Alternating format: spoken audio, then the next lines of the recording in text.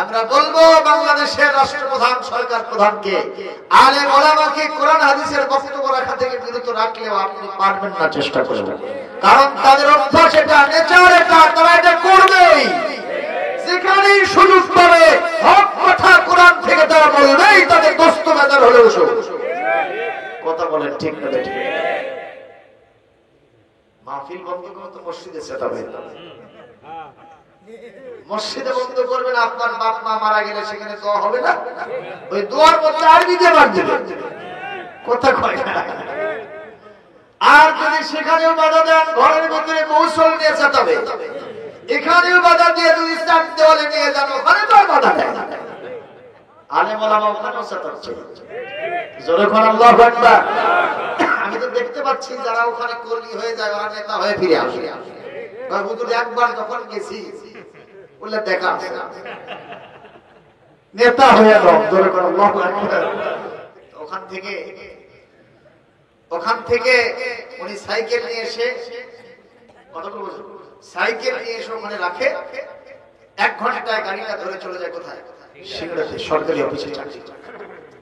তো একদিন বাইসাইকেলটা গ্যারেজে রাখতে একটু বিলম্ব হলো, মানে ভিড় জমে গেছে, তো ওটা ঢুকাতে একটু লেট হয়ে গেছে। তো গাড়িটা শাঁ করে ছেড়ে দিয়ে চলে গেছে। এই লোকটা বুঝলে গাড়ি যেই ছেড়ে দিয়েছে ও টৌলে পড়ে গেছে। তার মানে সেন্সলেস। ও কি হারাইছে? কি হারাইছে? চাকরি হারাইছে না। একদিনে দেরিতে গেলে কি চাকরি হারে যায়? ও কি হারাইছে? গাড়িটা ছেড়ে দিয়েছে, এটা হারাই ফেলছে। এটা খুব বেশি বড় লস, কথা খুব বড় লস এটা। এরপরে তো আরো গাড়ি আছে, হ্যাঁ 1 ঘন্টা লেট হবে, কথা বল না কেন? লোক পড়ে গিয়া এরকম লাফালাফি করতেছে, লোকেরা ধরাধরি করে পাশের নঞ্জলিতে নিয়ে যে পানি দিচ্ছে, মাথায় ঘুষ ফেলে না। সিএনজিতে উঠেছে, শহীদ জিয়াদের নেমে। এটা মেট্রায় ওদিক থেকে কয়েকজন লোক দৌড়ে আসে, বলতেছে ভাই এখানে কি হয়েছে? বলে এই লোক গাড়ি ধরতে পারে না, এই জন্য টোলে পড়তেছে, কি হুঁশ ফেরে যাচ্ছে না, জিএ মেডিকেলে নিয়ে। কোর কি আছে তা জানি না। ওই সামনে বাস স্ট্যান্ডে একটা বাস অ্যাক্সিডেন্ট হয়েছে, তার 40 জন যাত্রী মারাই সারা। যে লোকের হুঁশ ফেরেনি সারে উঠছে আলহামদুলিল্লাহ। কোন লোকের হুঁশ ফেরেনি? যে লোক সারে উঠলো, ওই কে? যার হুঁশই ফেরে না। লোকেরা বলতেছে কি ব্যাপার, ওষুধ লাগলো না, পানি তো লাগলো না, হুঁশ ফিরে গেল, কি ব্যাপার? কয় না ভাই আমার না সরেই ভালো আছে। লোকেরা কয় না তুমি ওই সিটে বসে দিয়ে দাও। ভাই পাও ধরি আর দিশরে, কথা বলেন ঠিক দেবে ঠিক? এখান থেকে কি সবক দিলাম? সামান্য একটু বিপদ এবং মুসিবত আমাদের উপরে আসলে আমরা অনেকে কাতর হয়ে যাই। না, এই বিপদ আমার জন্য সবক, আমার জন্য ভবিষ্যৎ জীবন গড়ার জন্য একটা শিক্ষা। কথা কর। সামান্য করোনা ভাইরাসের কারণে গোটা পৃথিবীর সমস্ত নেতা নেত্রী, সমস্ত জনবল ধনবল এক ঘর হয়ে গেছে। পৃথিবী আজকে আর্থিক দণ্ডতায় ভুগতেছে, কর্মহীন হয়ে গেছে মানুষগুলি। মানুষ আজ পথে বসেছে। সেই মহান আল্লাহর অসংখ্য জেনারেল, অসংখ্য সেনাবাহিনী রয়েছে। করোনা ভাইরাসের সাথে যে মানুষগুলো পারে না, আল্লাহর সেনাবাহিনীর সাথে লড়াই করার ভাগ্য তাদের নাই। কথা ঠিক কিনা? লড়াই করার শক্তি তাদের হতে। এজন্য এই করোনা দিয়ে আল্লাহ পাক আমাদেরকে সবক দিতে চান, যারা আমার খাঁটি গোলামে পরিণত হয়ে যাবে। জোরে বলি আমিন। প্রিয় ভাই সকল, আমি এখন তাফসীর শুরু করছি, যেখান থেকে আলোচনা করার জন্য রেসিটেশন করতে হলে কোরআন, কোরআন কারীমের 5 নম্বর সূরা 6 নম্বর পারা, সূরাতুল মাইদা, আয়াত নম্বর 35। খুব বেশি আলোচনার কলেবার বৃদ্ধি করব না, আর 10-15 মিনিট করি, কষ্ট হবে না তো আপনাদের? আর 10-15 মিনিট থাকতে পারবেন? পারবেন থাকতে? একটু জিকির করেন সুবহান আলহামদুলিল্লাহ, সুবহানাল্লাহ আলহামদুলিল্লাহ, লা ইলাহা সুবহানাল্লাহ আলহামদুলিল্লাহ, লা ইলাহা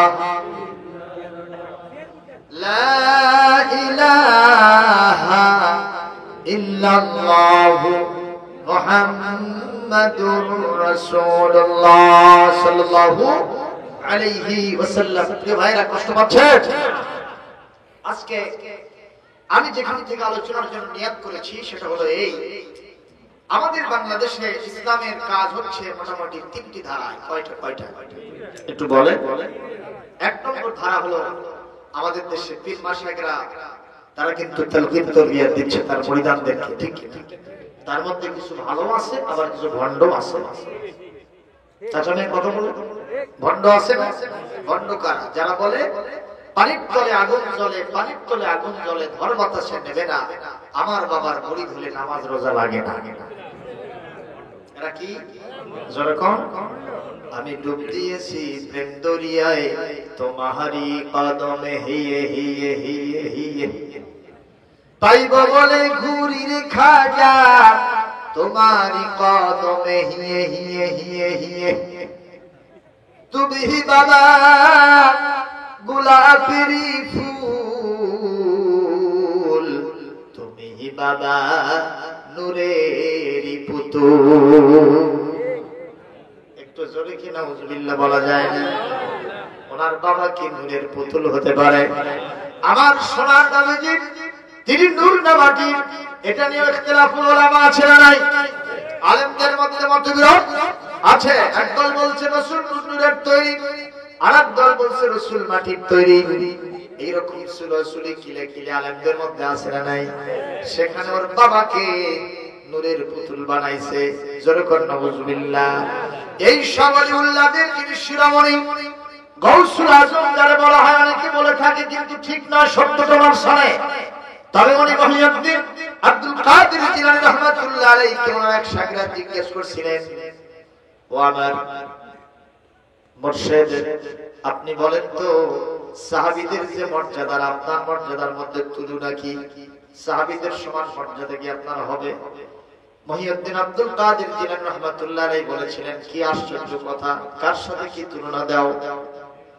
সাহাবায়ে আজমাইন হুম ফিল লাইলি রাহবানুন ওয়া ফিন নাহারি ফুরসানুন, দিনের বেলায় তারা ঘোড়া দাবড়ায়া প্রান্তরকে প্রান্তর জিহাদের ময়দানে ছুটে চলেছিলেন। ওনাদের এক একটা ঘোড়ার পায়ের খুরের নিচে যেই ধুলাবালিগুলো থাকে, ওই ধুলাবালির সমান মর্যাদা আমি মহিউদ্দিন আব্দুল কাদের জিলানীর হবে না। একটু জোরে কি আল্লাহু আকবার বলা যাবে না? কত বড় কথা উনি বলে গেছেন, আর তার থেকে কত নিচে তাদেরকে তোমরা বলতেছো নূরের পুতুল। একটু জোরে কর নাউজুবিল্লাহ। রাসূলের ধন খাজা পায়া, খাজা আছে আজমিরে শুয়া, কেউ ফেরে না খালি হাতে, খাজা রে তোর দরবারে হিয়া হিয়া হিয়া হিয়া। কতক্ষণ এরকম ভণ্ডামি আছে না নাই? এইসব ভণ্ডদেরকে দিতে হবে দণ্ড, মারতে হবে ঠান্ডা করে, দিতে হবে ঠান্ডা। এ কথা বলেন রে ভাই। তাহলে ভণ্ড আছে, হকেরাও আছে। এই বাংলাদেশে বর্তমান সময়ে চিটাগাংয়ের বাইতুল শরীফের পীর শাহ আব্দুল জব্বার মরহুম মাগফুর তার রেখে যাওয়া কুতুবউদ্দিন সন্তান, তিনিও বিদায় হয়ে গেছেন। এখন তার খলিফা আছেন। শুধুমাত্র টাকা কামান না, যা মুরিদানরা দেন সেগুলো দিয়ে তারা বাংলাদেশের বিভিন্ন জায়গায় জেলায় জেলায় তারা মসজিদ করেছে, মাদ্রাসা করেছে। সুবহানাল্লাহ।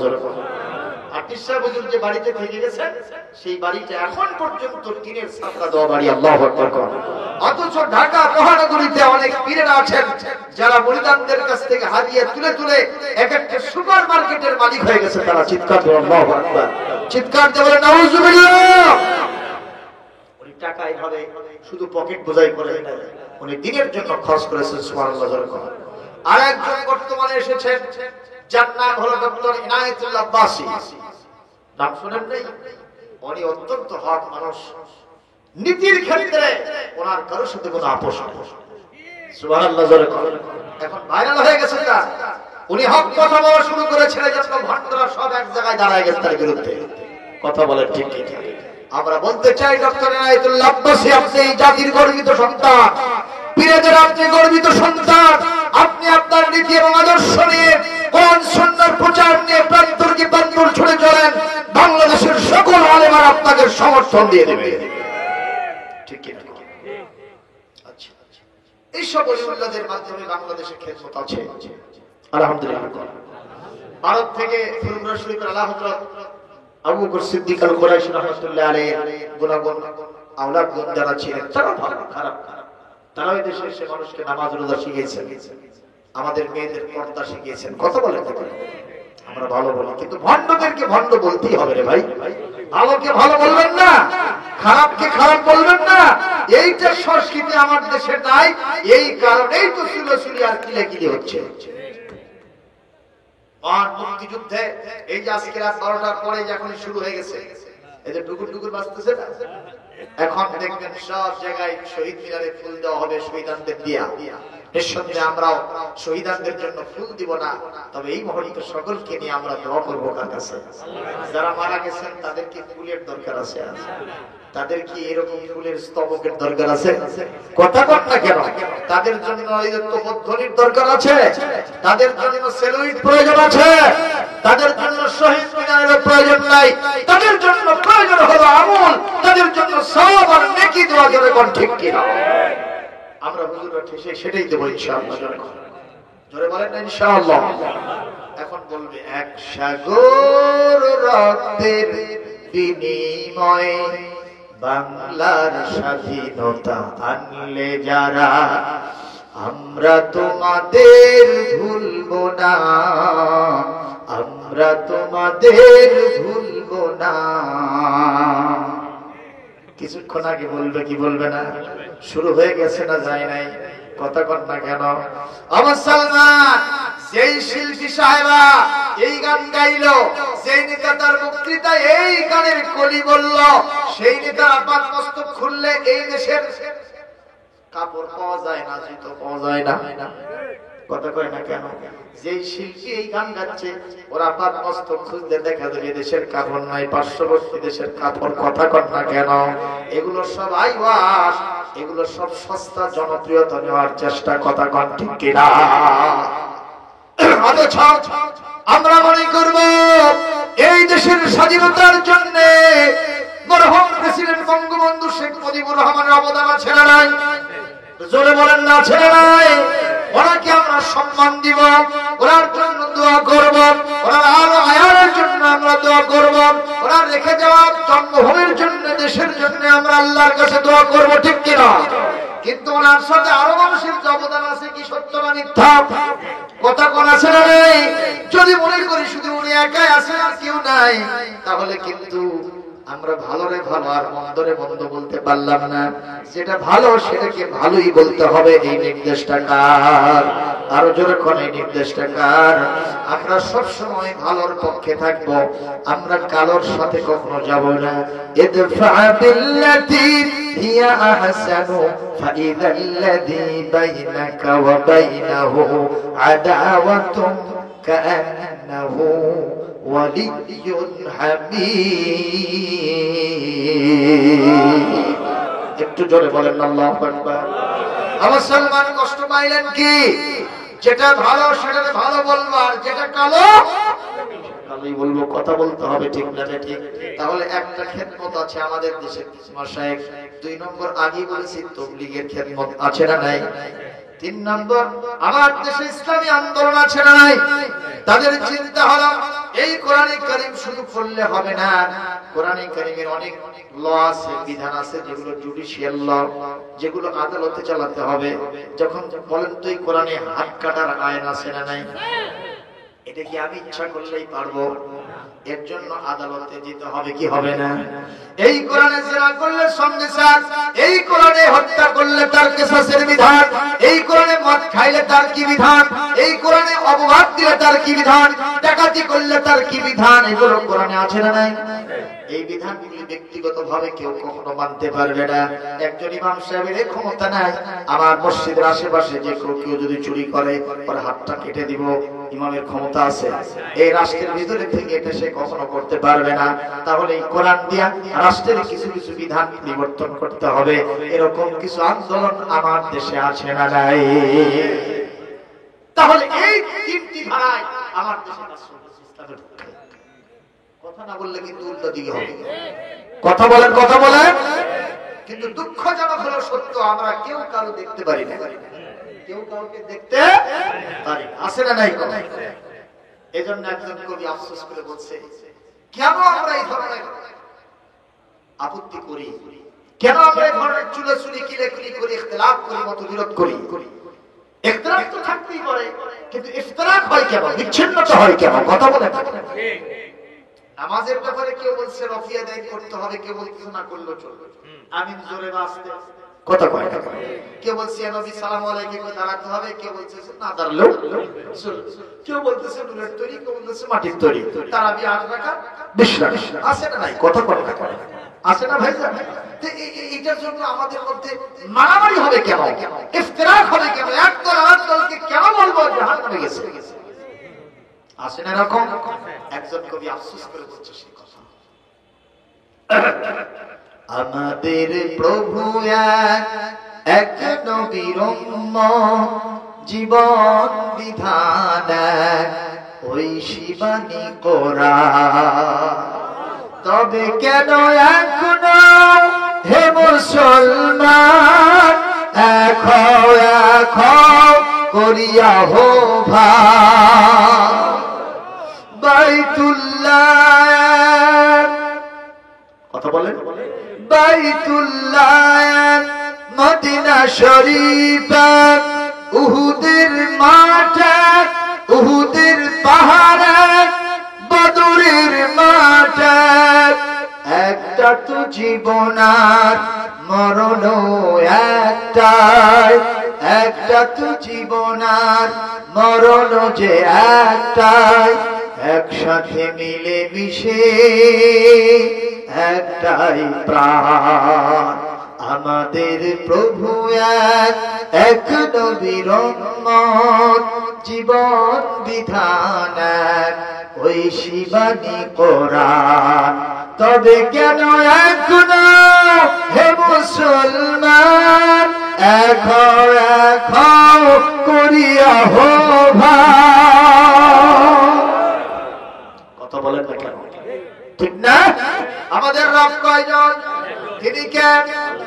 আমাদের রাসূল কয়জন? তিনি কে? মুহাম্মদ রাসূলুল্লাহ। আমাদের জীবন বিধান একটাই, নাম কি? তাহলে আমরা কেন মতপার্থক্য করব, বিচ্ছিন্নতা আনবো? আজকে আমি যেখান থেকে তেলাওয়াত দিয়েছি এর মোটিভ একটাই, তোমরা যারা পীর মাশায়েখ, তোমরা যারা তাবলীগ জামাত, তোমরা যারা ইসলামী আন্দোলন জিহাদ ফি সাবিলিল্লাহর কাজ করো, এই তিনটা কাজ কখনো ইগনোর করা যাবে না, তিনটাই করতে হবে। তবে সবাই একজোট হয়ে করতে পারলে লাআল্লাকুম তুফলিহুন, দুনিয়া আখিরাতে তোমরা সফলতা লাভ করবে। জোরে বলুন সুবহানাল্লাহ, আরো জোরে বলুন সুবহানাল্লাহ। আমার এক নম্বর মেসেজ হলো আইয়ুহাল্লাযীনা আমানু তাকুল্লাহ, এই বান্দার কাকে ভয় করো? এটা পীর মাশায়েখরা বেশি তাকওয়ার কথা বলে, এটা পীর মাশায়েখদেরকে ইঙ্গিত করে আমি বললাম আসেন তাকওয়া অর্জনের কথা বলা আছে। ওয়াবতাগুল ইলাইহিল ওসিলা, আমাদের তাবলীগের ভাইরা ওসিলার কথা বলে, পীরেরাও ওসিলার কথা বলে, নিঃসন্দেহে কথাও এখানে থাকলো। আর 3 নম্বর জাহিদু ফি সাবিলিহি, আল্লাহর রাস্তায় জান এবং মাল দিয়ে জিহাদ করতে হবে, ঈমান টিকে রাখার জন্য, ইসলাম দ্বীন শরীয়ত টিকে রাখার জন্য, ইসলামের ঐতিহ্যকে টিকে রাখার জন্য সব সময় সংগ্রাম মুখর থাকবে ইমানদার। জোরে কোন মারহাবা। জিহাদি জজবা না থাকলে ঈমান ইসলাম জমিন থেকে বিদায় হয়ে যাবে। কথা কোন ঠিক কিনা? নির্দেশ কার নাই, শুধুমাত্র সিল্লা দিলেই হবে, শুধুমাত্র ওই খানকায় বসে জিকির আজকার করলেই হবে, মুরিদ দিলেই হবে। কিন্তু আল্লাহ বলেন না, ওই দুইটাও করতে হবে, পাশাপাশি আমার রাস্তায় জানমাল দিয়ে সংগ্রাম করতে হবে।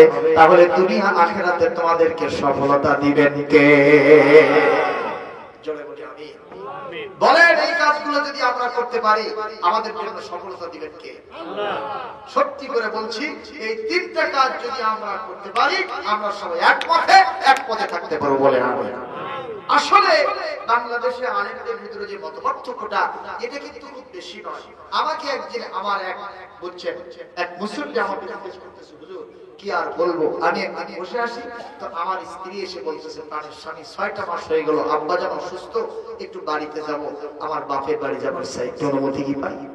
ও 6 মাস যাও না, বাপ অসুস্থ, যাও তোমার ছুটি দিলাম, তুমি বাপের বাড়ি যেয়ে ঘুরে আসো। কিছুক্ষণ পর মেয়েটা এসে বলতেছে, আব্বু আমি একটু নানির বাড়ি যাব। কোথায় যাবো? বললাম মা তুইও যাও, তোর মার সাথে তুই নানির বাড়ি চলে যা। কিছুক্ষণ পর ছেলেটা এসে বলতেছে, হুজুর আমাকে এসে বলতেছে, আব্বু আমি একটু নানার বাড়ি যাব। তখন বললাম বাবা তুমিও চলে যাও।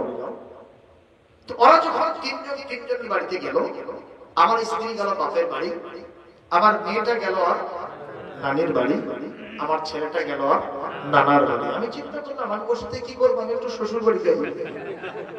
আমি শ্বশুর বাড়ি গেলাম। হুজুর আল্লাহর কসম দিয়ে বলি, যা দেখি যে সব এক জায়গায়। কথা কি হাসা না মিশা? কথা কন না কেন? বাংলাদেশ সহ বিশ্ব ইসলাম বিদ্বেষী শক্তিদেরকে বলতে চাই, আলেমদের এই ছোটখাটো মতপার্থক্যের কারণে কেউ মনে করবেন না আলেমরা দ্বিধা বিভক্ত। ইসলামের দেশ থেকে গোটা পৃথিবী থেকে আমরা নির্বাচিত করব। ইসলামের মূল ফাউন্ডার হলেন আমার বিশ্বনবী, ইসলামের প্রবর্তক হলেন আমার আল্লাহ সুবহানাহু ওয়া তাআলা। ওনারা যার সাথে আছেন এটাকে কেউ কখনো মেট করে দিতে পারবে না, ডিস্ট্রয় করতে পারবে না, ধ্বংস করতে পারবে না। আহে ওলামা যখন ইসলাম একেবারে কঠিন ভাবে আক্রান্ত হবে, কে তাবলীগ, কে ইসলামী আন্দোলন, কে পীর মাশায়েখ দেখা হবে না, সবাই ময়দানে ঝাঁপিয়ে পড়ে ইসলামের সপক্ষে আন্দোলন সংগ্রামে সবাই ফেলে পড়বে। জনগণ ঠিক কিনা? ইনশাআল্লাহ এমন অবস্থা আসবে। কথা বলেন ঠিক কিনা? কারণ আমরা তো সবাই এক আল্লাহ, এক রাসূলের, এক কিতাবের অনুসারী। কথা বলতে হবে ঠিক কিনা? কাজেই দল উপদল নতুন করে সৃষ্টি করার কোনো দরকার নেই। আসুন কোরআনের রাস্তায় আমরা সবসময় সক্রিয় থাকবো। আল্লাহ আমাদের তৌফিক দান করুন বলে আমিন। আল্লাহর নবীর একজন সাহাবী ছিলেন, নাম হলো হযরতে সুলাইমান ইবনে ইয়াসার রাদিয়াল্লাহু তাআলা আনহু। কি নাম বললো? সুলাইমান ইবনে ইয়াসার রাদিয়াল্লাহু তাআলা আনহু। উনি ওনার এক সফর সঙ্গে আরেক সাহাবীকে নিয়ে মক্কা মুকাররমাতে হজ করতে আসতেছেন। কি করতে আসতেছেন? বলেন বলেন। হজ করতে। তখন কি আর প্ল্যান ছিল? দ্রুতগামী বাস এগুলো ছিল না। তখন ছিল উট মরুভূমির জাহাজ, ঠিক না?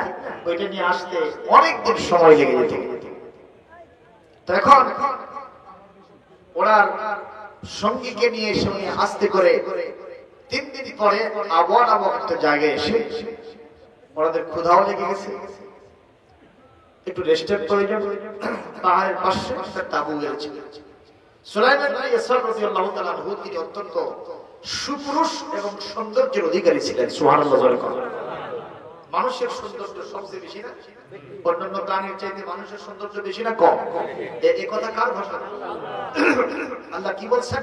ওয়ালাকাদ খালাকনাল ইনসানা ফি আহসানি তাকওয়িম। লাকাদ খালাকনাল ইনসানা ফি আহসানি তাকওয়িম। আমি মানুষকে খুব সুন্দর করে সৃষ্টি করেছি। সুবহানাল্লাহ। যে মানুষ মানুষের বেদনায় কেঁদেছিলেন আজীবন মদিনায়,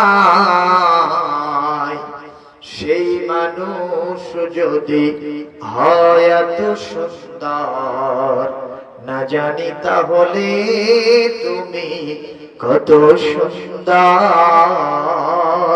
কত সুন্দর। একটু জোরে বল আল্লাহু আকবার। ওই নদীর ধারে গেছে এক বুড়া মানুষ,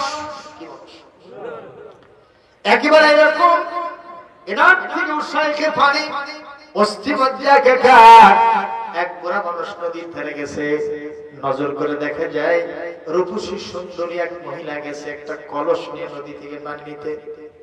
নদী থেকে পানি উঠায়া কলসটা এরকম কোমরে নিয়ে মহিলা যখন বাসার দিকে ফেরেন, তখন এই বুড়া মানুষ এই মহিলার দিকে অপলক নেত্রে চেয়ে আসে। মাথা থেকে পা পর্যন্ত একবার করে শুধু দেখে নেয়। এই না দৃশ্য দেখে এই যুবতী মহিলা, সুন্দরী রূপবতী মহিলা ভয়ে কাঁপুত হয়ে গেছে। মহিলা এক পর্যায়ে বলেই ফেলেছে, তুমি তো আমার দাদার বয়সে হবে, তার থেকে বেশি বয়সে হবে। আমি একজন সুন্দরী রূপবতী মহিলা, আমি পর্দানশীল মহিলা, আমি এখান থেকে এক কলস পানি নিয়ে আমি বাসার দিকে যাচ্ছি, তুমি আমার দিকে চেয়ে আসো। তোমার তো একটু শরম থাকা উচিত, তুমি কেন বারবার আমার দিকে তাকাও? এই বয়সে কি তোমার প্রেমের বিমূর্তি হলো নাকি? কেন তুমি আমার দিকে তাকাও? এই কথা বলাও সারা সঙ্গে সঙ্গে বুড়ো মানুষ চোখ দিয়ে দর করে পানি ফেলে দিয়ে বলে, রূপবতী গুণবতী মহিলা, আমার বয়স 80 বছরের উপরে চলে গেছে, আমার আর প্রেমের সম্পর্ক করার মতো কোন চিন্তা চেতনা আমার মধ্যে নাই। তুমি একবার ভেবো না আমি তোমার রূপ লাবণ্য দেখে মনের ভিতরে আমি কখনো অন্য কোনো চিন্তা করেছি, এটা কখনো তুমি ভাববা না, চিন্তা করবা না। তাহলে কেন চেয়ে আছেন? এই বুড়া বলতেছে, আমি তোমার আব্বার প্রস্তুত দেখে মনে মনে একটা চিন্তা করতেছি, যে শিল্পী এত সুন্দর, যে কারিগর এত সুন্দর একটা মানুষ তৈরি করলো, এই কারিগর না জানি আরো কত সুন্দর। একটু জোরে গন্ধ আল্লাহু আকবার। এই জন্য আমি তোমার দিকে চেয়ে আছি। মন খারাপ করো না তুমি। ও মুসলমান, বলেন তো তাহলে সবচাইতে সুন্দর কে? আল্লাহ। আর আল্লাহ পাক সবচেয়ে দুনিয়ায় সুন্দর বানাচ্ছেন মানুষকে। জোরে করে আল্লাহু আকবার। কথা কি সত্য না মিথ্যা? মুসলমান ভাইরা আমার, একটু নজর করে কথা শুনবেন। সুলাইমান ইবনে ইয়াসার রাদিয়াল্লাহু তাআলা আনহু অত্যন্ত সুন্দর সুপুরুষ। তিনি তাঁবুর মধ্যে বসে আছেন, আর তার বন্ধু গেছে পাশে বাজারে বাজার করতে। কথা কি শুনতেছেন? বন্ধু যখন বাজার করে, আর এই মুহূর্তে সুলাইমান ইবনে ইয়াসার ওখানে বসে কোরআন তেলাওয়াত করে। একটু জোরে করে আল্লাহু আকবার। কি তেলাওয়াত করতেছেন? কোরআন তেলাওয়াত করতেছেন। ইন দ্য মিনটাইম তেলাওয়াতের কঠিন অবস্থা, একেবারে ভিতরে যখন মজা প্রবেশ করেছেন উনি, এই মুহূর্তে পিছন থেকে একটা মহিলার মতো কে যেন তাকে ডাকে, মহিলা কণ্ঠে ডাকতেছে, ডাকতেছে, ইয়া আইয়ুহাস শাবাব উনজুর ইলাইয়া, হে যুবক রে তুমি আমার দিকে তাকাও। আতিনি শাইয়াম মিনকা, তোমার কাছ থেকে আমাকে কিছু দাও। সুলাইমান ইবনে ইয়াসার বলেছেন, নিঃসন্দেহে কোন সাইল এসেছে, তাকে কিছু দেওয়া দরকার আছে না নাই? আল্লাহ কোরআনে নিষেধ করেছেন, আমাসাইলা ফালা তানহার, যদি তোমার কাছে কেউ কিছু চায় তুমি তাকে কখনো ফিরাবা না, ধমক দিবা না, নিষেধ কর। কিছুই যদি দিতে না পারো, পকেট হাতে দেখতেছো কিছুই নাই, তুমি আস্তে করে গায়ে হাত দিয়ে বলো, ভাই অথবা বোন অথবা মা, ও দাদি আমি আজকে কিছু দিতে পারলাম না, তুমি আমাকে আজকে ক্ষমা করো, ভবিষ্যতে দেখা হলে দেব। বিশ্বনবী বলেন, তুমি যে হাসি মুখে কথা বলছো, আমি আল্লাহ পাক এটাও একটা সদকার সওয়াব দিয়ে দিব। জোরে কোন সুবহানাল্লাহ। আর আমাদের নেচার কি? এই হাসিবের কাজ করতে হবে না, আমরা কাজ করব। আমি কাজের মহিলা পাচ্ছি না, আর এত একটা তাগড়া জোয়ান মহিলা মানুষের দিক করে খায়, টাকা দেওয়া যাবে না, আমরা কাজ করে চলো, তোমাকে উপযুক্ত বেতন দেব। বলে না বলে না? এগুলো বলতে নিষেধ করেছেন কে? আবার অনেকে বুড়া মানুষ হলে নাকি না, সে বুড়া এত বুড়া হয়ে গেছে, তার সাহুদ করতে পারেন, আত্তাহিয়াতু পারেন, আপনি দোয়া করতে পারেন, এরকম জিজ্ঞাসাবাদ করে বুড়া মানুষটাকে খাতুকুতু করে দেয়, শরমিন্দা করে দেয়। কথা বলেন না কেন? এগুলো নিষেধ করেছেন কে? এগুলো করা যাবে তো উনি সঙ্গে সঙ্গে পকেট থেকে কিছু পয়সা বের করে অন্যদিকে তাকায় দিচ্ছেন। ঘটনা হলো, এই মহিলাও ছিল খুবই পরম সুন্দরী, পাশেই ওই পাহাড়ের ওই পাশে তাদের বাড়ি ছিল। এই যুবককে দেখেও আর সামলাতে পারে নাই, ওনাকে প্রেমের প্রস্তাব দিতে আসছে। নাউযুবিল্লাহ। উনি আল্লাহর নবীর সাহাবী। আল্লাহর নবীর সাহাবীদের তাকওয়া আমাদের চেয়ে বেশি না কম? সুবহানাল্লাহ। পয়সা দিয়েছেন, কিন্তু মহিলা পয়সা নেয় না। লা আসআলু দিনারা ওয়ালা দিরহামা, দিনার দিরহাম চাই না, কি চাও? বলে আসআলুকাল, আমি তোমার কাছে চাই। কি চাই? বলো আল বুদ্দা, আসআলুকাল বুদ্দা, আমি তোমার কাছ থেকে সেইটা চাই যেটা স্বামী স্ত্রীর মাঝখানে হয়। একটু জোরে কি নাউযুবিল্লাহ বলা যায় না? স্বামী স্ত্রীর মাঝখানে যে সহবাস হয়, মিলন হয়, আমি সেইটাই চাই। ওখানে কোন মানুষ, আরে বাবা কালেকশন 5 মিনিট শেষ করে দাও, কালেকশন নিয়ে ব্যস্ত হয়ে গেছে। শেষ করে দেব? আমাকে ব্যাখ্যা দিতে হবে না, তাকওয়ার ব্যাখ্যা, তাকওয়ার ব্যাখ্যা দিচ্ছি, শুনবেন না? কষ্ট হচ্ছে মনে হয় নাকি? আচ্ছা প্রিয় ভাইরা, হয়তো যারা খাইছে তাদের জন্য ভালো, আর যারা খায় তাদের জন্য চড়াও। মসজিদে গিয়ে ওই সব মুসল্লিরা তাড়াহুড়া করে যারা কোনো মতো খালি ফরজটা ধরার জন্য যায়। কথা কয় মোনাজাত দিতে ধরে হলে একটু দেরি হলে ওদের পুষ্পিস করে, সভাপতির কাছে সেক্রেটারির কাছে কয় হ্যাঁ এত বড় মোনাজাত ধরা লাগবে কেন? অত সবই করে আসছে দ্বিতীয় রাকাতে, প্রথম রাকাত তো পায়নি। এ হলো তেলতেলা গন্ডা। ঠিক কি গন্ডা? এরা সাইজেও ধরা যায়।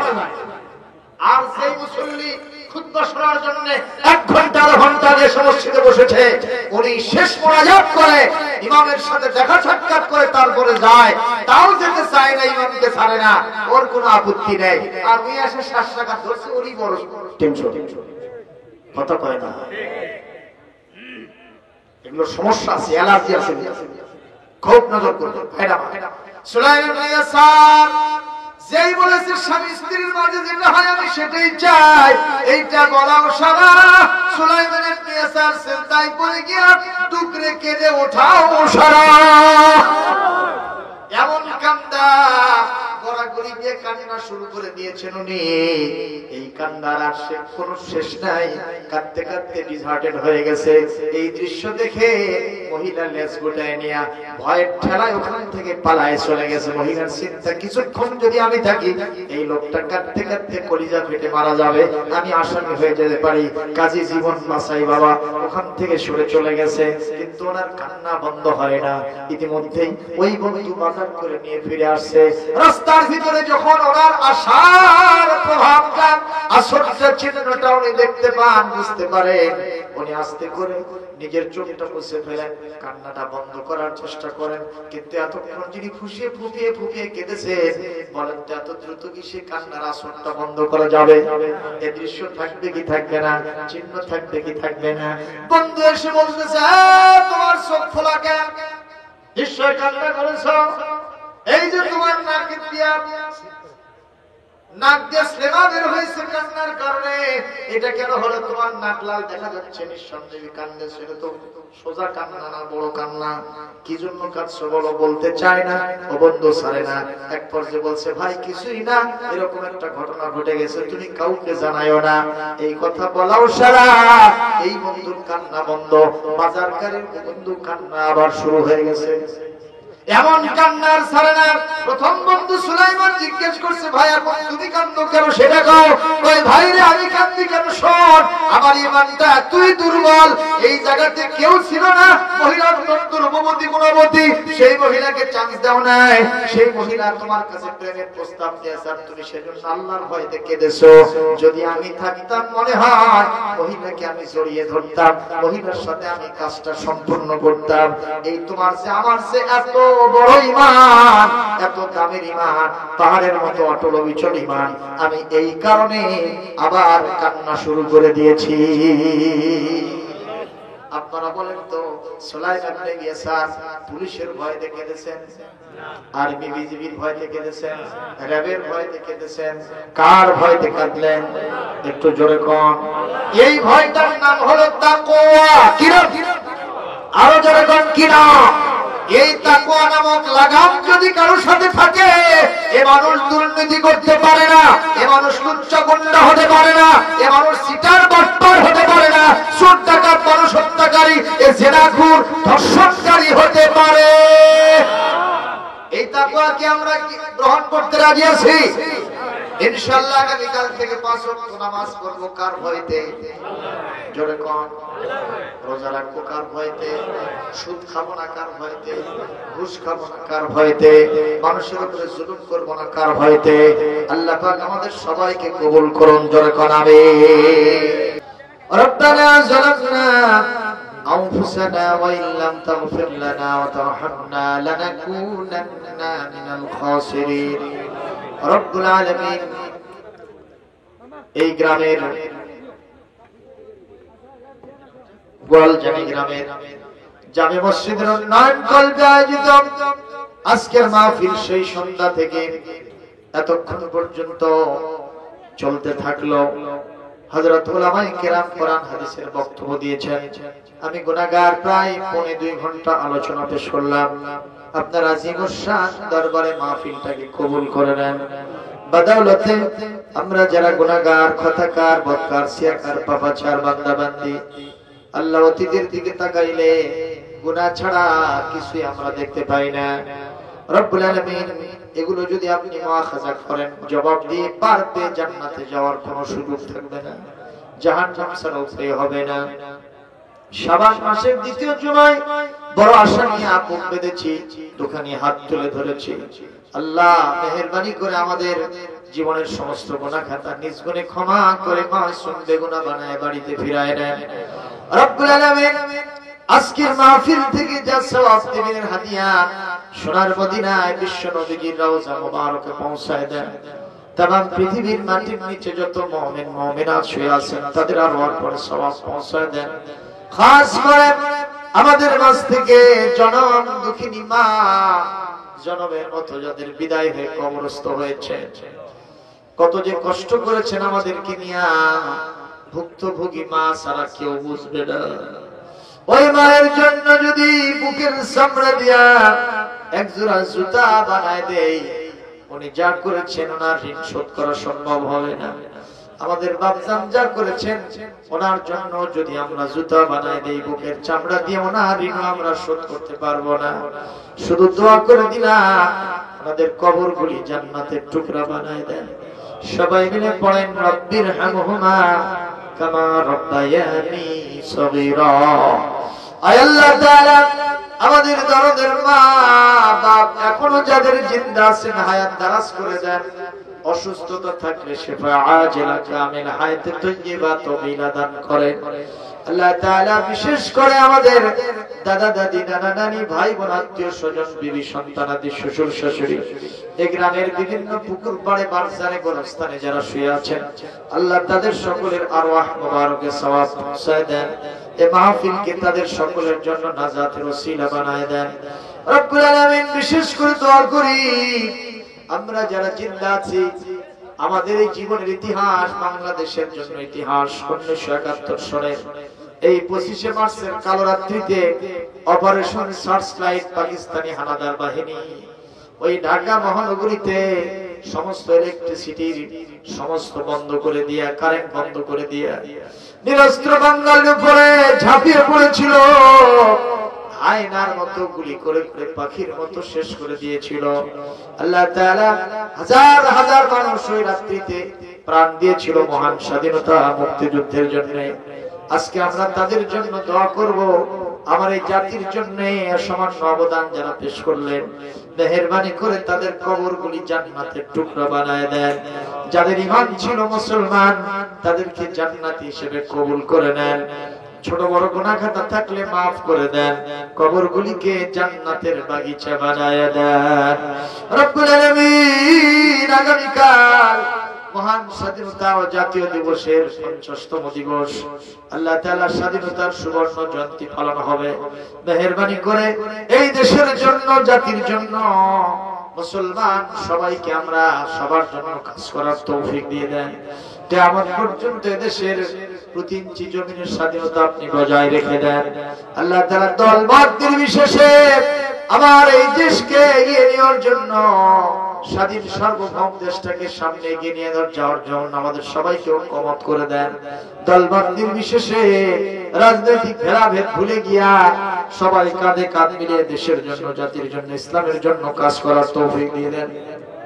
আল্লাহ তাআলা বিশ্বের বিভিন্ন অনাচে ইমানদার মুসলমান নরনারী যিনি যেখানে কোরআনের জন্য, দ্বীনের জন্য বিপদে মুসিবতে আছেন, তাদের সকলের জন্য আপনি হামি ও নাসির হয়ে যান।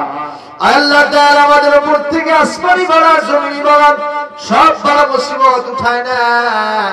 আল্লাহ তাআলা আমরা যারা অসুস্থ আমাদেরকে শিফা আজিলা দিয়ে দেন। কোভিড-19 করোনা ভাইরাস থেকে আমাদেরকে বাঁচায় দেন। আল্লাহ তাআলা বিশেষ করে আমার পাশে বসা মুরব্বি ওনার স্ত্রী অসুস্থ। আল্লাহ উনি আমার কাছে বর্ণনা দিলেন কঠিন অবস্থায় কোন আছে, ক্যান্সারে আক্রান্ত হয়ে গেছে। আল্লাহ অনেক টাকা পয়সা ব্যয় করেছেন, কোন সুস্থতার লক্ষণ পাওয়া যায় না। কোরআনের মজলিসে কোরআন শরীফ সামনে নিয়ে ইমানদারদেরকে সামনে নিয়ে চোখের পানি ছেড়ে দিয়ে দোয়া করে আমাদের এই মাকে শিফায়ে আজিলা কামিলা দান করেন, হায়াতে তাইয়্যিবা তাওয়িলা দান করেন। আল্লাহ ওয়াইদা মারিতু ফাহুয়া ইয়াশফিন রব্বি আন্নী মাসানি আদ-দুররু ওয়া আনতা আরহামুর রাহিমিন ওয়া নুনাজ্জিলু মিনাল কুরআনি মা হুয়া শিফাa'un ওয়া রাহমাতুল লিল মুমিনিন। اللهم رب الناس اذهب الباس واشف انت الشفي لا شفاء الا شفاءك شفاء لا يغادر سقما। رب العالمين এই মসজিদকে কবুল করে নেন, ইমাম মুয়াজ্জিন কমিটির সদস্যবৃন্দকে কবুল করেন। আজকে যারা সহযোগিতা দিয়েছেন দেবেন বলে প্রতিশ্রুতি দিয়েছেন সকলকে কবুল করে নেন। বাবনদের উপরে রহমত নাজিল করেন, ওনাদের চাওয়া পাওয়া জায়েজ তরিকায় কবুল করে নেন। আল্লাহ আমরা যিনি যে আশা নিয়ে হাত তুলেছি মনের আশা জায়েজ তরিকায় মঞ্জুর করেন।